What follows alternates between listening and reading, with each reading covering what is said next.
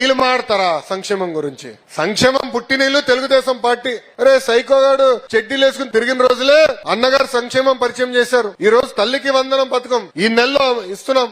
August మాసంలో ఉచిత bus ప్రయాణం అమలు చేస్తున్నాం. అంటే ఇచ్చిన ప్రతి హామీ ఒక పద్ధతి ప్రకారం నిలబెట్టుకుని ముందరకెళ్తున్నాం. ఆర్థిక ఇబ్బందులు ఉన్నాయి, లేవని కాదు. 1వ తారీఖు నాడు ఈ రోజు జీతాలు పడుతున్నాయి. పెన్షన్ ఏంటి, ఒక రోజు ముందలు ఇస్తున్నాం. పెన్షన్ ఇంటింటికి ఇస్తున్నాం. ఇన్ని సంక్షేమ కార్యక్రమాలు మనం చేస్తున్నాం. ఇంకో పక్కన ఏకంగా రోడ్ల పైన గుంటలుంటే పూడ్చే కార్యక్రమం కూడా శ్రీకారం చుట్టాం. అన్ని అయిపోయిందని నేను అన్నట్లా, చాలా పనులున్నాయి. కానీ వాళ్ళు చేస్తున్న దుష్ప్రచారాన్ని తిప్పికొట్టాల్సిన బాధ్యత మనందరిపైన ఉంది. ఇప్పుడు తల్లికి వందనం జూన్ మాసంలో ఇస్తాం. మీరు చూస్తున్నారు డబుల్ ఇంజిన్ సర్కార్. ప్రధానమంత్రి గారు సంవత్సరం మారే లోపల ఇప్పుడు ఏకంగా 3వ సారి వస్తున్నారు. విశాఖపట్నంలో యోగా చేసాక వస్తున్నారు. ఇప్పుడు ఆ కార్యక్రమం జయప్రదం చేసాక ఫోకస్ కి వెళ్తున్నాం. అందుకే జూన్ 12న ప్రజాప్రతినిధులతో మీటింగ్ ఉన్నా. జూలై 1వ తారీఖు నుంచి గడప గడప తొక్కాలి, చేసిన పనులు చెప్పాలి. ఇది తొలి అడుగు మాత్రమే.